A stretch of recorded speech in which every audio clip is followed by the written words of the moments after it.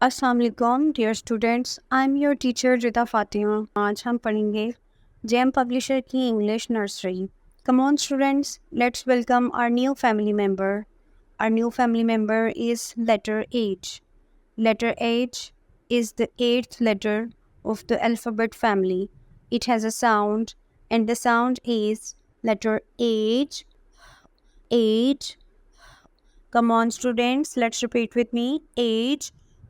Okay, dear students, open your book page number 12. यहाँ पे आपको कुछ vocabulary words नज़र आ रहे हैं और आप इनको मेरे साथ पढ़ेंगे. Letter H, horse. H, horse.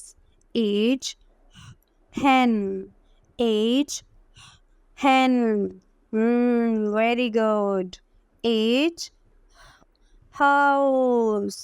H, house. Okay dear students, अब हम लेटर एच की ट्रेसिंग सीखेंगे।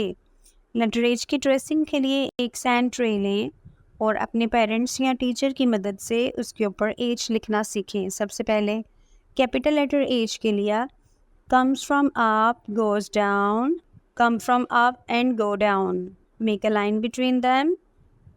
अब हम लिखेंगे small letter H. Small letter H के लिए come down, make a curve, slide curve and come down. Very good.